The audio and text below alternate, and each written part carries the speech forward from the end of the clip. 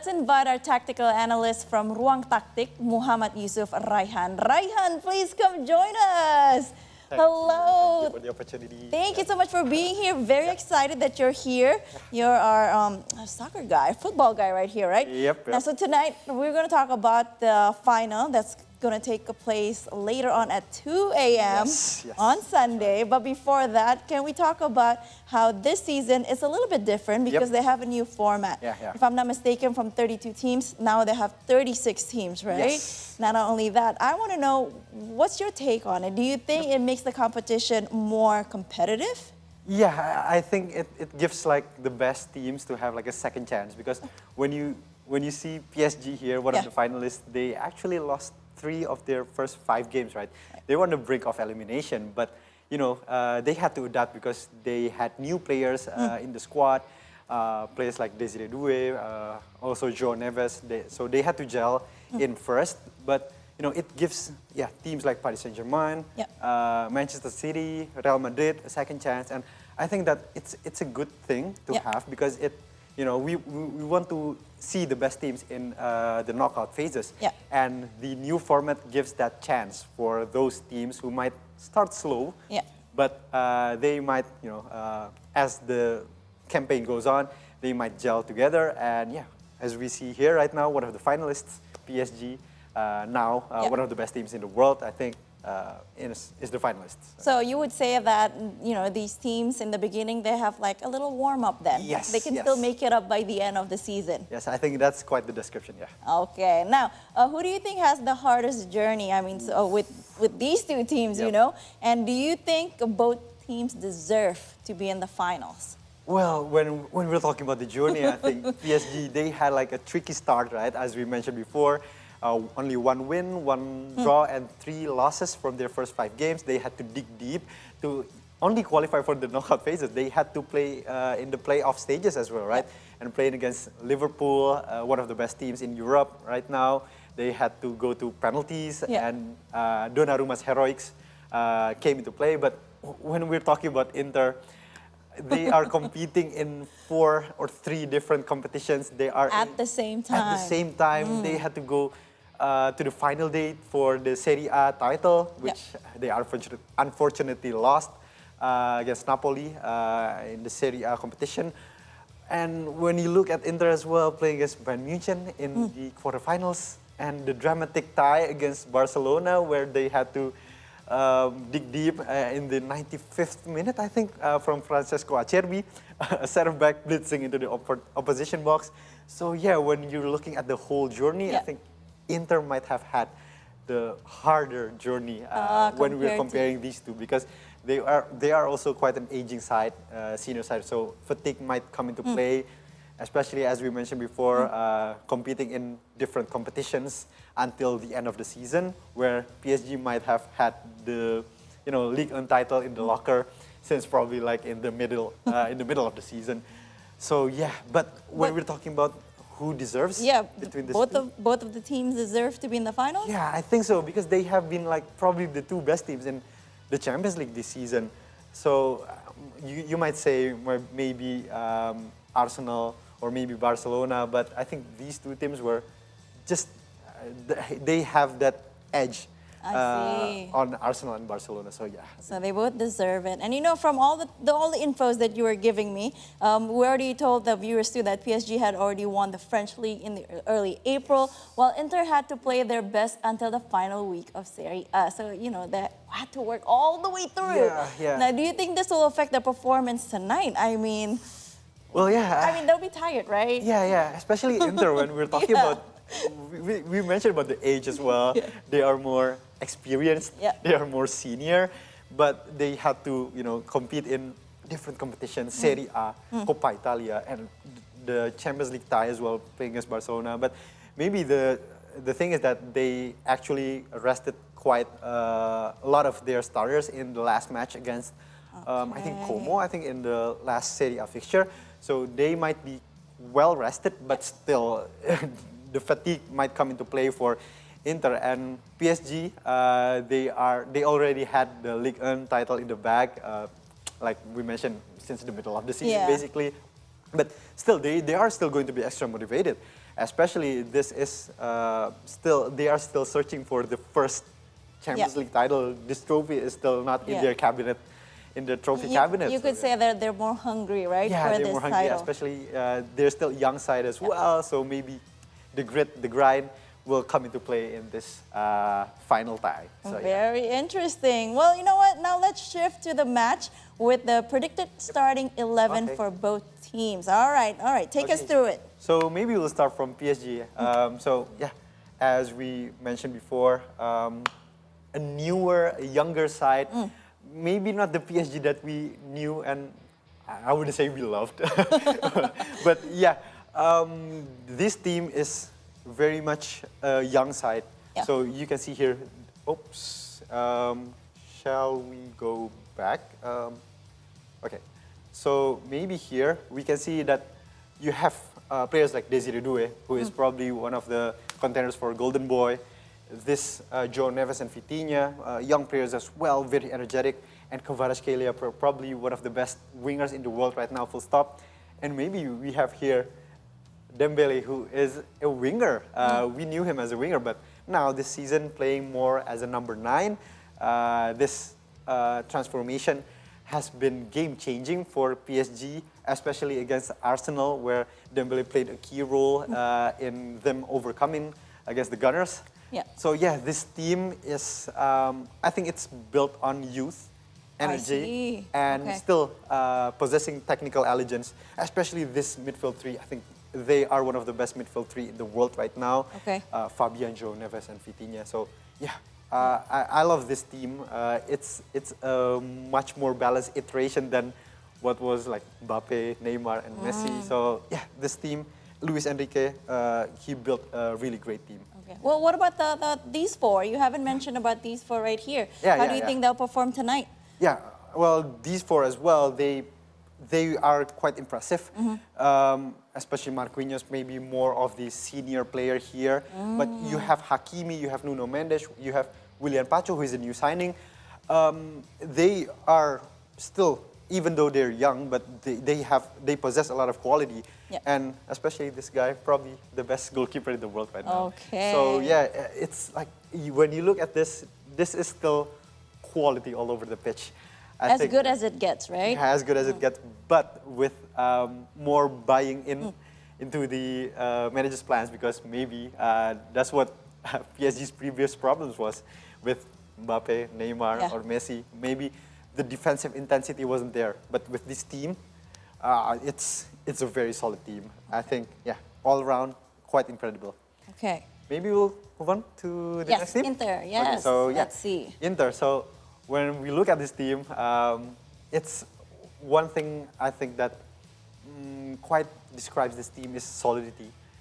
Okay. And I think that these, well, the back line and the midfield line, even though they might be quite aging right now, but it's still. But they still got it, right? They still got it. Yeah. I think when we're talking about the back line, I think it's what Inter is built on, their defensive solidity, especially. But this guy, I think Bastoni, is probably one of the best defenders in the world.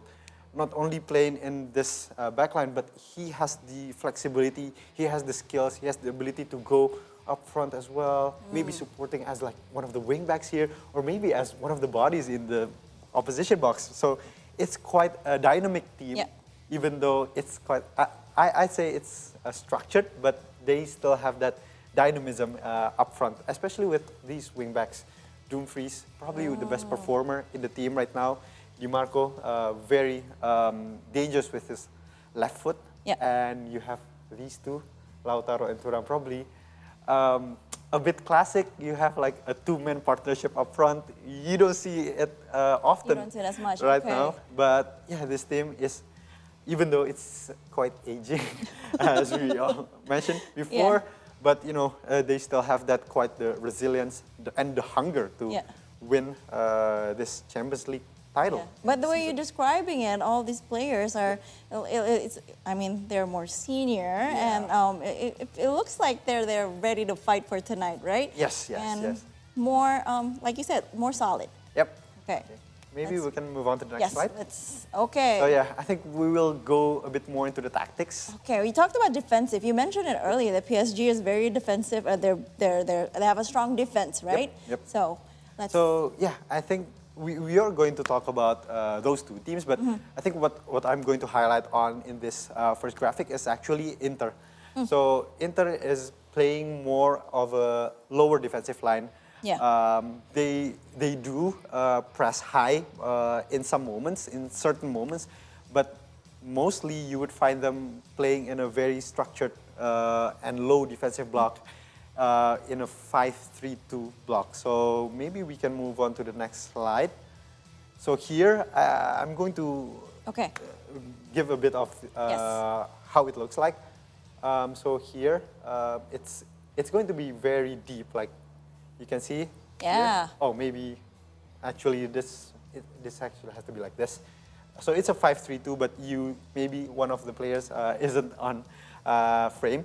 But you can see here that it's very compact. You can see they keep it tight. Yes. They keep it really tight, and there's not a whole lot of space to exploit, barring maybe this here or maybe this here. So I think that the key thing for PSG is to exploit these spaces, and you can then try to, from this half, from this area, try to exploit one of these two spaces. So it's a bit well, you can't see anything, but maybe we can move on to the next slide so we can have a clearer picture on it. So here, I think that we mentioned it's in these areas, right? Yes. And with Inter's 5-3-2 block, it leaves some areas here open. Some areas here open. So I think when one possessor of the ball is in the half spaces, as we mentioned, so this is a half space, it somewhat leaves attention from this far side player. So Hakimi, maybe with his movements, he is an aggressive wingback who might sometimes find himself here, and if he can, time his movements, time his runs into these spaces, especially with Dembele as well, maybe catching the attention of these two players. Dembele is quite free roaming, where he can just go here, and maybe some of the players might leave their roles, leave their areas, and when the vacated spaces are there, maybe players like Doué, Hakimi, and Fabian, they might have to connect with each other and create those. And from here, then create those maybe in swinging crosses. So yeah, it's going to be very important for PSG to exploit this type of moments. But so you would say that Dembele have a big part in yes, definitely, I think so. But not only Dembele here, but I think these two as well, Kvaratskhelia and Désiré Doué, they will have a quite important job here. Because this one. Okay, so maybe we're going to talk about this first. So the concrete example is from the game against Barcelona, where these two moments end up as a goal. So Gerard Martin here, he had space because there is space outside of the block, and this player, he timed his movement perfectly, and when you see here as well, Rafinha as well timed his movements perfectly, and this is the moments that maybe PSG can exploit. Well, this one is basically what you just explained earlier. And these two goals are pretty much identical, right? So yeah, it might be something that PSG might learn a thing or two from Barcelona from the previous tie. So here we go. I think this is what I meant by Kvaratskhelia and Désiré Doué playing a vital role, because one of the primary chance creation methods for PSG is the cutbacks.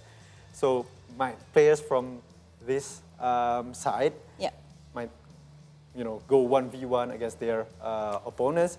And when they're in this position, when they're in this cutback area, especially playing against Inter, when we're illustrating, they might be in a very structured defensive block here, right?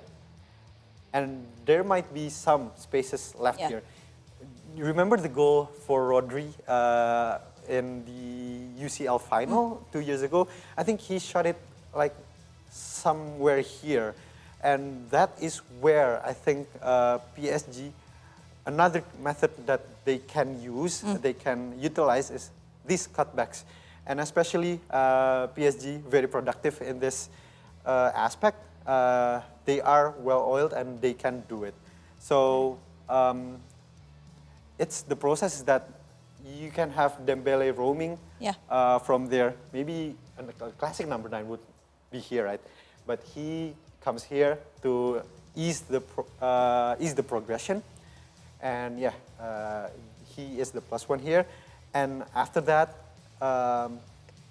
since he is not a classic number 9, if a classic number 9, you would probably find him here, right? There, But because he drops deep, as we talked about before, he kind of creeps into this sort of area. And in transition, PSG is very dangerous. And as well here, Kvaratskhelia. I talked about it, like 1v1 dribbling. He is probably one of the best players in the world. He finds Dembele here. And this is just too much space for Dembele. And he finds the bottom corner of the goal. And sadly, I'm an Arsenal fan and Arsenal lost this game. So, But we're talking about PSG's attack, right? This is maybe what they're going to do tonight because it happened and it was successful before. But then do you think Inter Milan would have to... They might make some changes for tonight then, right? For their defensive... Let's talk about Inter more in detail then. Sorry. So, when we're looking at Inter, as we mentioned before, but the defensive side of things may be a little bit different than Arsenal because Arsenal is more high-pressing team. Maybe Inter is more structured, more low block. But maybe we'll talk about Inter in the offensive side of things first, I think. When we're talking about Inter, I think another word to describe it perfectly is physicality. So you have Dumfries, you have Thuram, you have Lautaro, who are actually quite strong. And PSG, they are quite high-pressing team. They want to, force the issue. So they want to, lock into these players. But what they are leaving behind is probably some of the spaces here, especially against Fabian Ruiz, Vitinha, who is not the most physically dominant. I think that they might find joy here. They might play more direct in response to PSG's defensive plans. And I think this here, when they win the second balls here, Dumfries will just be open. It's going to be very important for PSG to handle the defensive transition moments well. So maybe we can move on to the next slide. So as we mentioned here before, this is so basically teams who are here press high up more. And you can see here that Inter tries to attack on the flanks. So Dumfries, Di Marco, they will find some joy in this match, I think.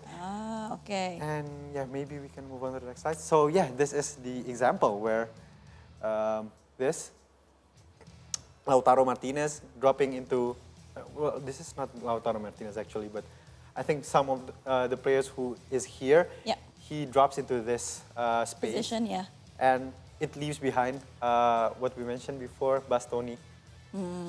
He can just go straight. And with perfect timing. With perfect timing. And he's also quite capable on the ball as well. The decision making is fine here, as he played Carlos Augusto for this pass. And you can see here the wing backs very high up, very aggressive. And if PSG wants to stand a chance against Inter, their fullbacks, so maybe Nuno Mendes and Hakimi, they have to be very discipline and tracking the opposition wingback. So yeah, that's going to be the problem here. So here as well, another example from the goalkeeper to Lautaro, and then you have here Bastoni and Carlos Augusto, or maybe in this tonight match it will be Di Marco. But here they just bypassed the press from Bayern Munich. Lautaro then as the target man here, and here they won the second ball. From there on, Bastoni will then just come into here, and then Augusto. It's like a pattern of play that you can often see from Inter in their games. So yeah, it's going to be interesting to see how PSG will respond to this. So yeah, another chance, another example. We've already discussed it, but yeah, maybe you can see Barella, Dumfries, and the center backs coming into play. So yeah, that's probably all right. All right, so obviously, like you mentioned earlier, for these two teams, what we know or what you've been saying, so PSG is very young, but they will be very hungry to win this title because it will be their first time if they do win tonight. And then we also have Inter Milan, who you said it's a little bit older, but their defensive is a very, they're solid, and their strength, their physicality is still one of the best. So yeah, I think these two teams, they have a very different style of play. And it's going to be very interesting to watch like these two distinctive teams play against each other, where PSG prioritize ball possession more, but Inter, they are quite happy to just, you know, let the ball with the opponents and hit teams on the break. But it's not to discredit their on-ball ability as well. They are still a really good side. And I thought you were going to say they're just happy to be in the finals, but no, they would want to win this one too. All right, so let's talk about prediction then. Can you tell us your prediction? What will the score be for tonight's final? Well, UCL you're putting me on the spot here, and I feel like because you're young, you're going to go with PSG. Well, but I don't know. What do you think? I'm going to go with PSG, but not just because I'm young. But I think just, you know, PSG, they are quite suited well playing against this Inter side, especially with the, you know, cutbacks, with the in-swinging crosses. And I think even if these two teams can't be separated, just the individual quality of the players of PSG. When you're talking about Ousmane Dembele, Khadija Kvaratskhelia, and even the goalkeeper as well, Gianluigi Donnarumma, who has made the difference in several finals, several ties. I think, PSG might just nick it. There you go, viewers. So now you know that Raihan is rooting for PSG. Raihan, thank you so much for being here. Thank you. Learned so much, and of course, because of your information today, we are going to be ready to watch the match later, which will air at 2 a.m. Make sure you stay up. All right, so thank you so much, Raihan. And we're going for a quick break now, but when we come back, we'll have our See Today original content just for you. So keep it right here on the 2-Hour News Show on See Today.